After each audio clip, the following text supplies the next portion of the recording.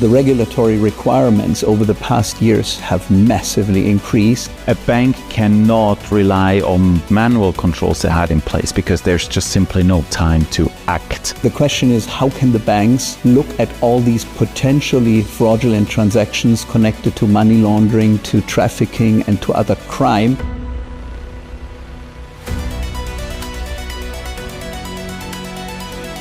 Looking ahead, what is the most pressing threat in payment fraud today?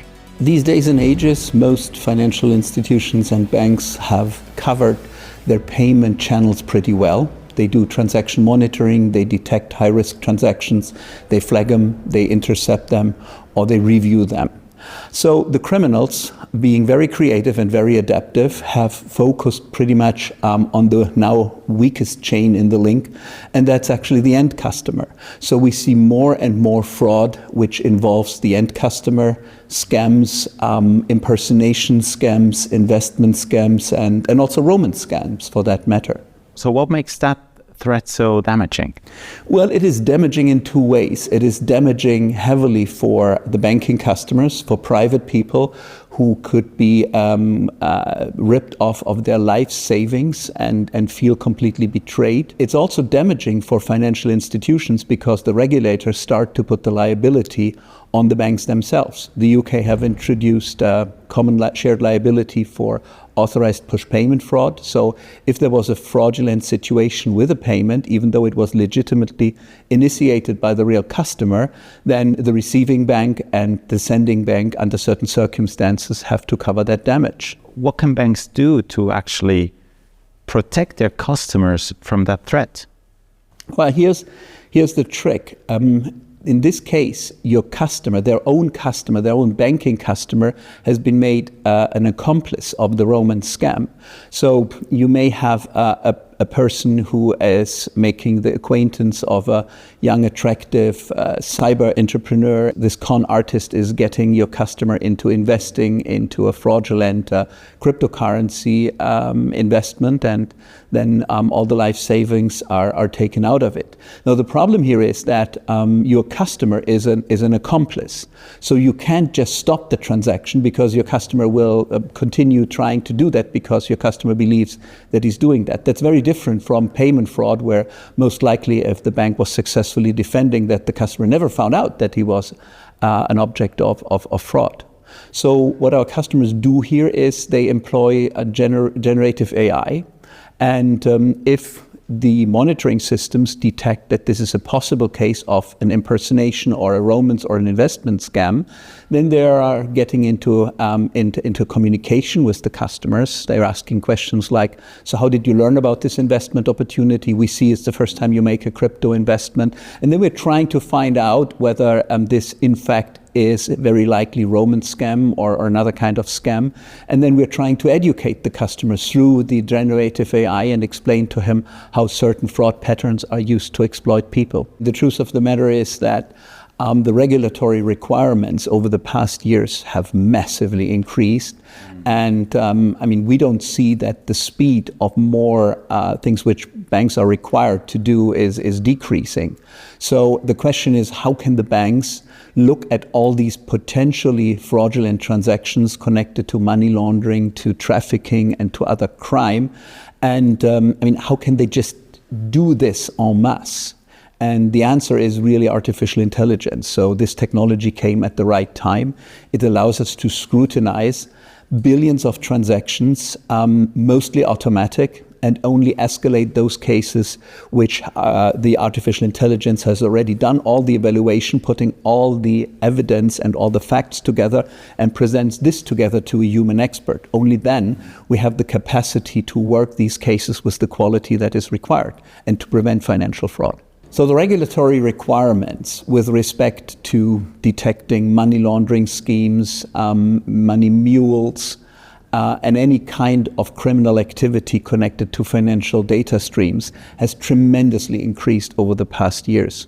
How is Finastra helping their customers to deal with that? Yeah, that's certainly a big topic. And when I speak to the customers, obviously, it's very difficult to actually find those fraudulent transactions and those scams.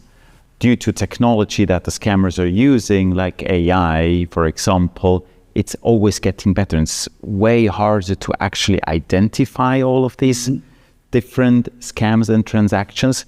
And on the other hand, obviously, the AI also brings the advantage for fraud prevention solutions, where, it's basically AI fighting against AI. And another part about, you spoke about regulatory requirements, and the banks are always swamped with lots of regulatory requirements, and especially in the payment area, there was a lot going on. So the introduction of instant payment, which is also an open gate for fraud, obviously. But then also like the message change format to MX, for example, banks were really just covered in projects just to cope with that part. And now that this comes a bit to an end on that side of the compliance and regulatory side, they now really have to step up their game in fraud, and they have now hopefully more resources to actually do that as well. Step up the game, work with Finastra and with partners to win against fraud. And I think the key here is literally the partnership. I think banks have to take that strategically. They also need to understand that there's not just one person alone, or one bank, one entity cannot win against the whole world. So go work with partners that are pros in that area, partner with them, use best of breed solutions, and then you can help to protect your customers.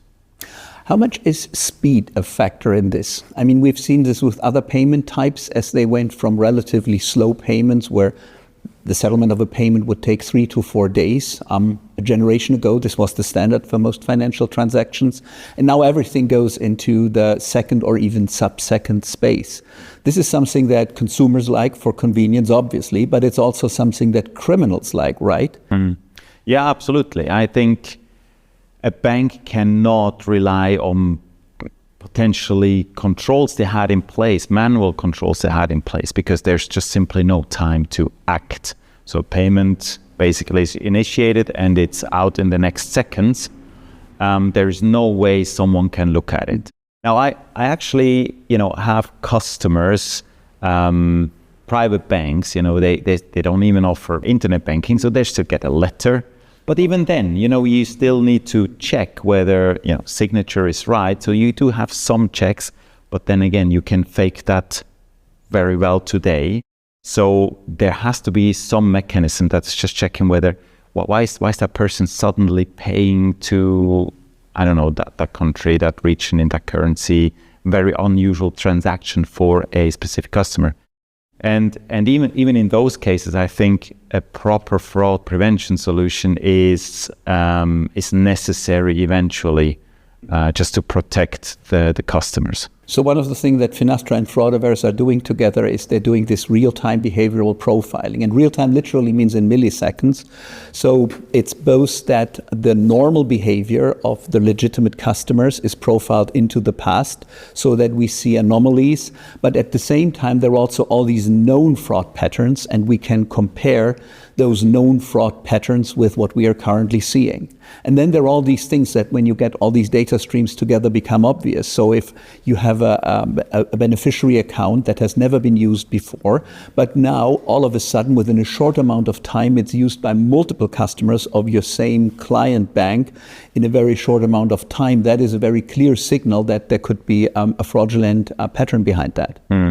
Yeah, and I think it's also important that you look at the bank itself or the financial institution, but also the customers and across the different payment rails. So obviously there's the instant payment. If you just look at instant payment, that's one thing. You also have to have your cross-border payment or your normal, country payment that's maybe just near time. You have to have the whole view on everything that is happening, on not just on single payments. And I think that's very, very important to have this big view to really find out what is happening on the customer's accounts. I believe you're addressing a very important point, getting the holistic view of customer behavior. So this means that what also we are doing is cross channel profiling. So we see what's going on in one payment channel and make better decisions in another payment channel. So if, for example, you would have a customer who has very normal transaction sequences, now all of a sudden you see an online banking transaction initiated in Malaysia going to a Malaysian beneficiary, and it's a relatively high amount, and you've never seen that before. Mm-hmm. High risk, you would probably intercept with that. If you would be in a cross-channel situation, you would also see credit card transaction. You would see that that person pays restaurant, taxis, and hotel bills in Kuala Lumpur. Then all of a sudden, you know, this is very hard to fake, so probably your customer legitimately is in Malaysia. And then all of a sudden, a Malaysian IP address on an online transaction would not look anywhere unusual, and you would avoid having a false positive. You wouldn't stop a legitimate transaction of your customer, and there's no higher satisfaction that you can get than a transaction which is actually going through for a customer. That is correct. I think we're in the business of serving our customers. We don't want to hinder the customer. We want to enable them and serve their customer in a good way, but still in a secure way. So all the payments that are the false positive that actually break this, that's very bad in a customer financial institution relationship. Obviously, better we stop it once too much, I guess, than let it slip once too much. But yet, I think it's important to find that right ratio so that you don't get too many false positives, and you can actually serve your customers. So how you're dealing with reducing those false positives? So it is a very important point you're raising. This balance is the individual risk appetite of the bank and also the commercial models behind that. I mean, you have an analogy on main streets. If you look at shops, merchants have a very intuitive understanding of how to do this balance, because you can build shops where it is near impossible to do shoplifting, but very likely the shopping experience would be subpar and people wouldn't like to go there. So merchants have found a good balance of doing enough controls that their profits aren't severely damaged by shoplifting, but still have a nice shopping experience. And that's the same balance that the credit card people have been doing over 30 years now. But for them, it's a lot easier because still credit cards are a pretty high profit payment channel. And with bank-to-bank transactions, with instant payments, typically the profitability is very low. For some banks, it's even something that they're losing money with. They're just doing it because they want to have a complete offering to their customer. So if fraud comes as an additional burden on them, they have to be very conservative on that, and they have to live with much higher false positive rates. So in the area of credit cards, most of our customers looking for fraud, for false positive rates between 1 to 1, so where one correct hit may be equal to one false hit, up to 1 to 5, where you have 5 false alert for 1 correct hit. But when you're looking into other payment channels, sometimes our customers have to live with higher false positive rates. Our way to reduce this is that we are not just looking for incriminating evidence, in other words, for high-risk factors, we're also looking for low-risk factors. So, for example, if you see that you have mobile banking, all of a sudden you see a new device. So a new device which you have never seen before, maybe even coming from a foreign country. So you don't know whether this is a criminal or whether your customer was just on vacation and his spouse gave him a new iPhone as a present for his birthday, and now he's a new device. But if you mix this with the financial transactions and you see, for example, that the first transaction the person is doing with the same device is transferring money to an account that he has been transferring money to before, that would be highly unusual for criminal activity. So the key to low false positive rates is to look at all these different behavioral factors, and not only look into high risk factors, but also look into low risk factors, which is what we do with the Finastra FraudAverse solution, by the way. Yeah, that's certainly a very good point, right? And it sounds to me like it also boils down to a lot of data.